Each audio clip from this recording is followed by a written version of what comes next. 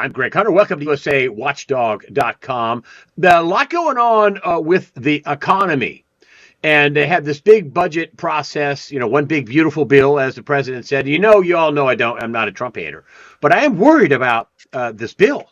And I'm worried about how much debt they're taking on. I mean, you have Elon Musk complaining that, hey, we're only advisors. We're not, dictators, but we're advising. And you need to cut $2 trillion.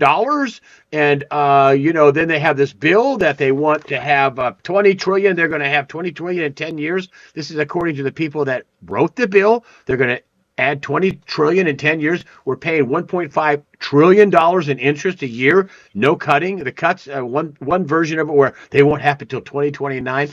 A little worrisome. So I brought somebody on to talk about the money. But before we go to him, Ray Dalio, he had Bridgewater Associates, big hedge fund, multi-billionaire. Ray Dalio says the risk to U.S. Treasury is even greater than what Moody's is saying. They just downgraded our debt. That's the third rating agency that downgraded U.S. debt.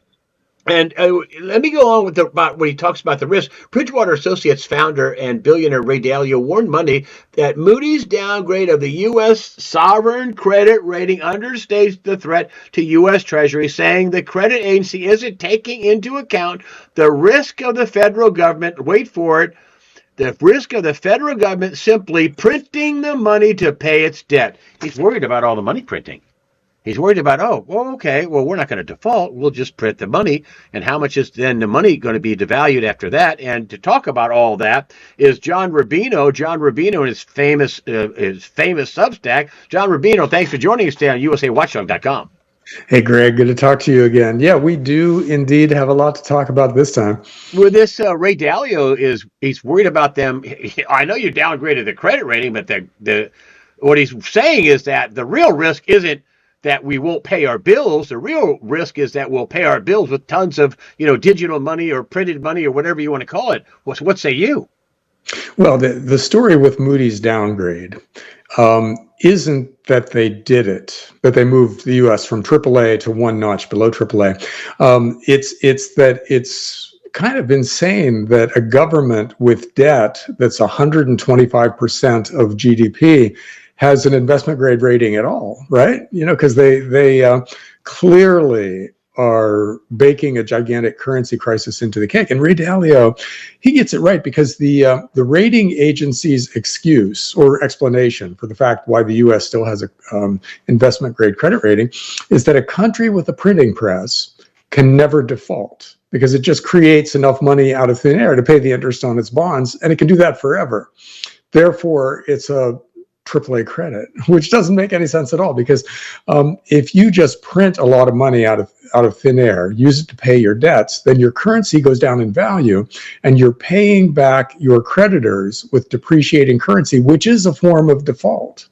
So the credit rating agencies are only looking at the one kind of default where we just stop paying, and they're not looking at the other kind of default where we go ahead and pay, but in cheaper currency year after year, and we kind of stiff our creditors that way.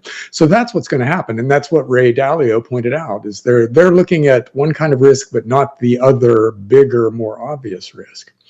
And Kal halal la Yahweh, Bahashem Yahweh Shai, Waha, Recha Kwadash. All praises and glory go to you, Lord. Double honors and respect go to our apostles, bishops, elders, and teachers, the men of Great Millstone. To you I say Shalom.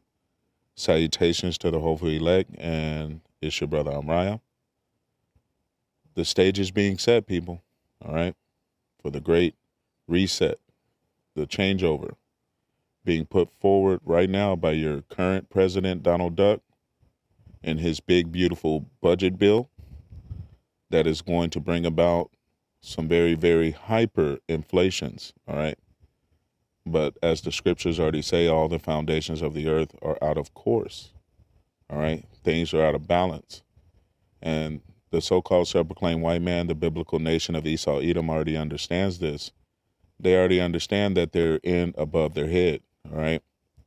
You have Trump trying to put tariffs on everyone outside of the United States. Most recently, talking about putting 50% tariffs on the EU, who is supposed to be an ally. All right. And this is why they shall hate the whore as well. But what you have here is a situation that is turning into, it looks like we're trying to rob Peter to pay Paul. All right. They'll rob the United States citizens. They'll cut your programs, tax you at an exorbitant rate,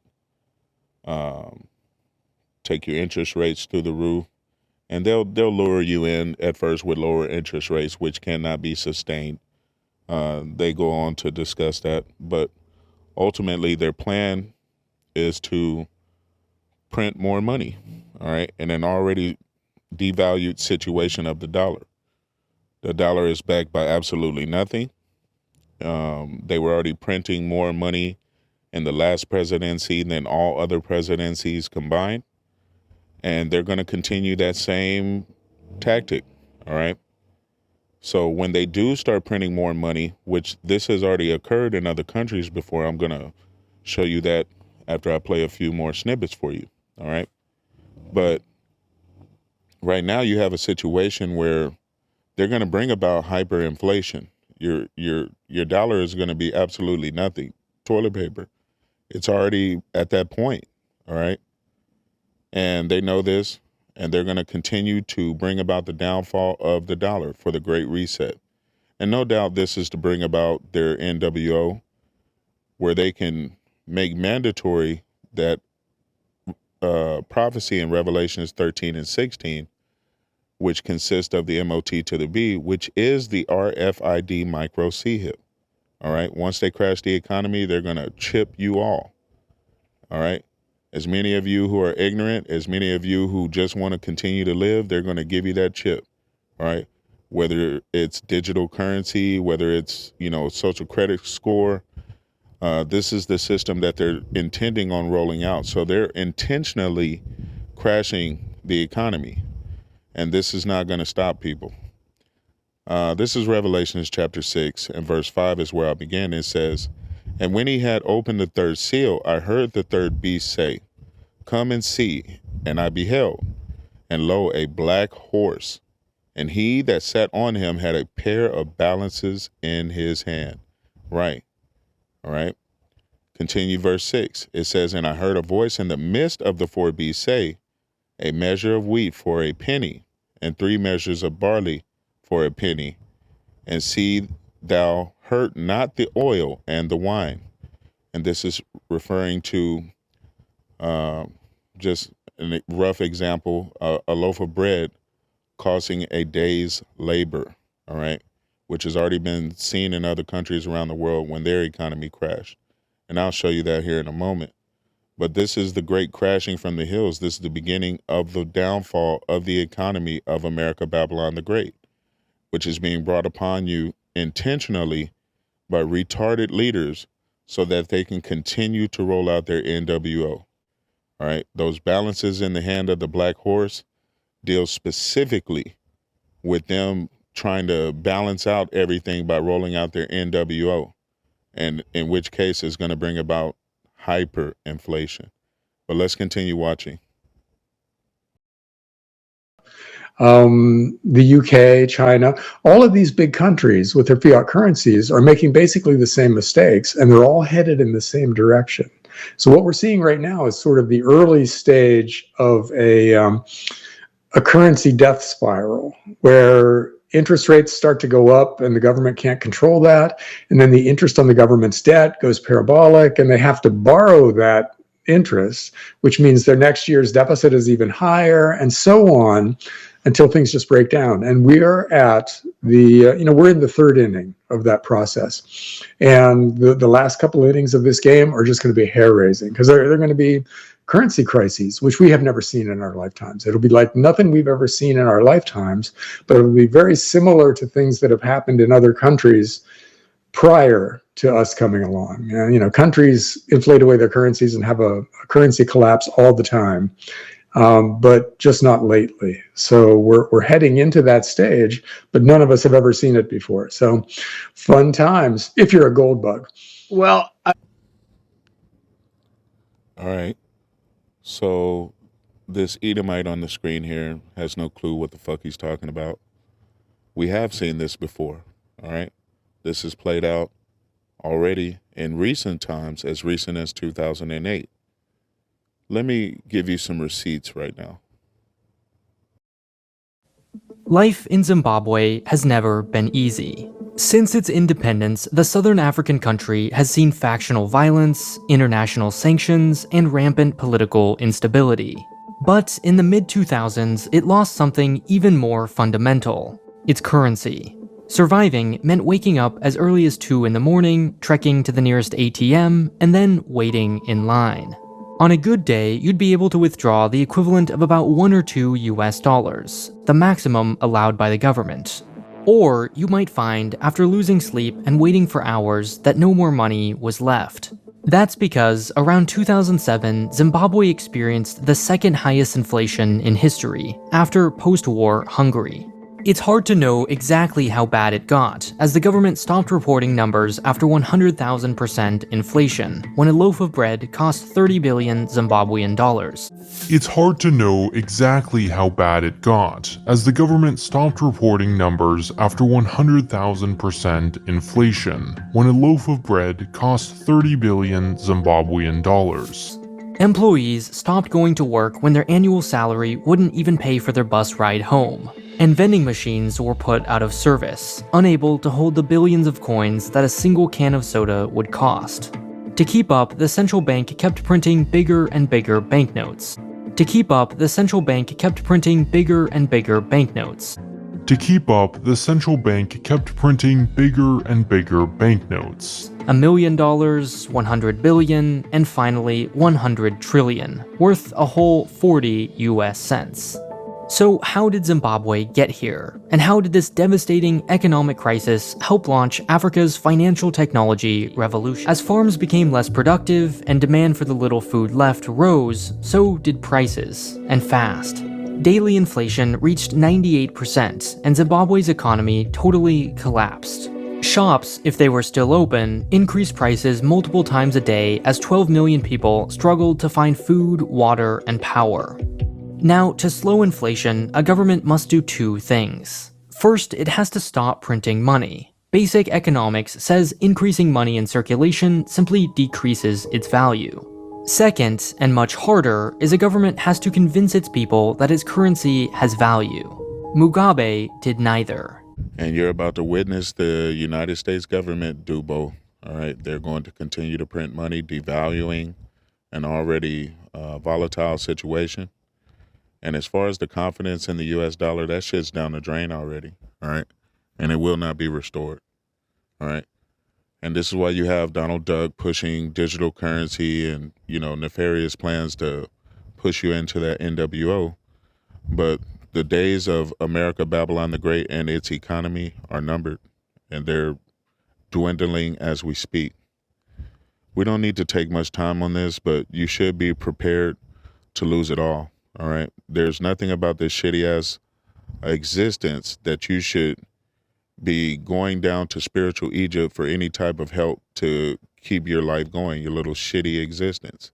All right. Now is the time to make a separation from this system. As it says in Micah, and I'm going to grab that real quick, chapter 2 and verse 10, it says, "Arise ye and depart," spiritually. Okay. "Arise ye and depart, for this is not your rest.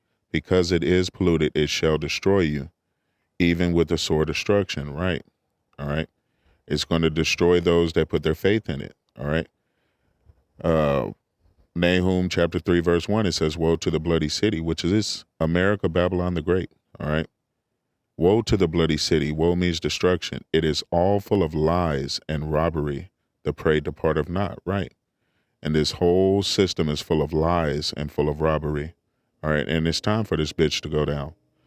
Now, we're going to end out here in Zephaniah chapter, actually, I don't know why I grabbed Zephaniah chapter 3. Is it? All right.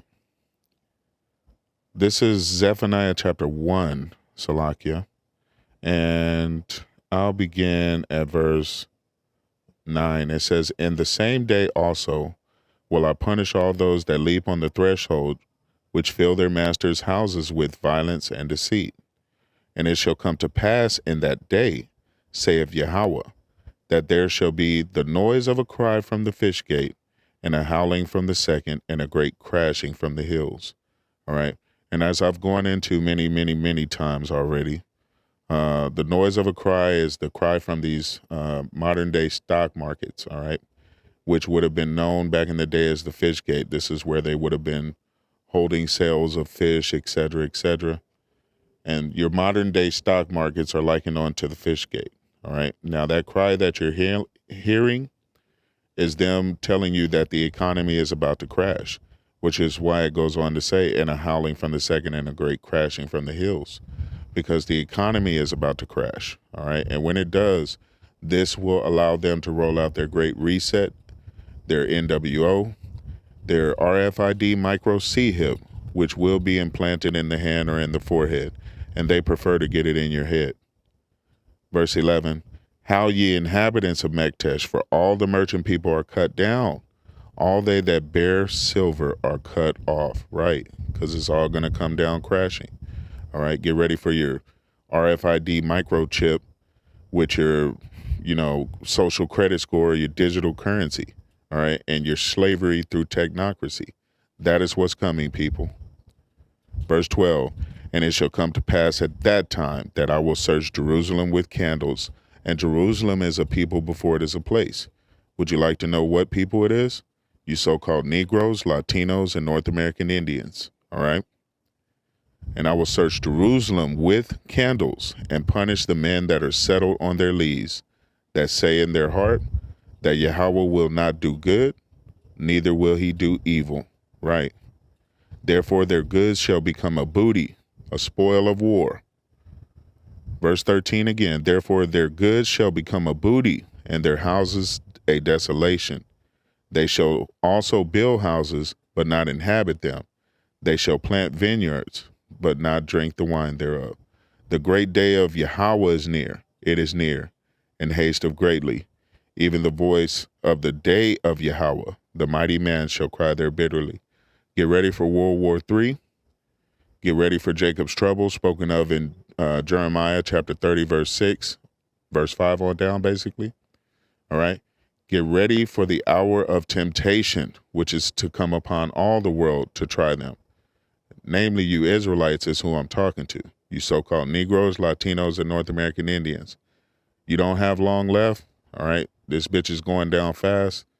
You better choose a side or one will be chose for you. And I don't even know why I said that, because Yahweh is choosing and rejecting. So you better hope that you've been chosen rather than rejected. Hopefully this has been edifying, for you need to brace for impact. The stage is being set. Shalom.